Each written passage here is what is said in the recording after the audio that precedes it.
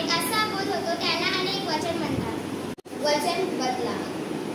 एक वचन पुस्तक, अनेक वचन पुस्तके. एक वचन चमचा, अनेक वचन चमचे. एक वचन पेढा, अनेक वचन पेढे.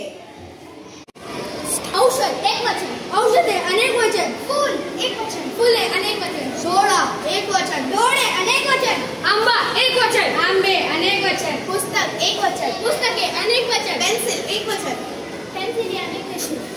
चमचा एक वचन, चमचे अनेक वचन. जाळे एक वचन, जाळे अनेक वचन.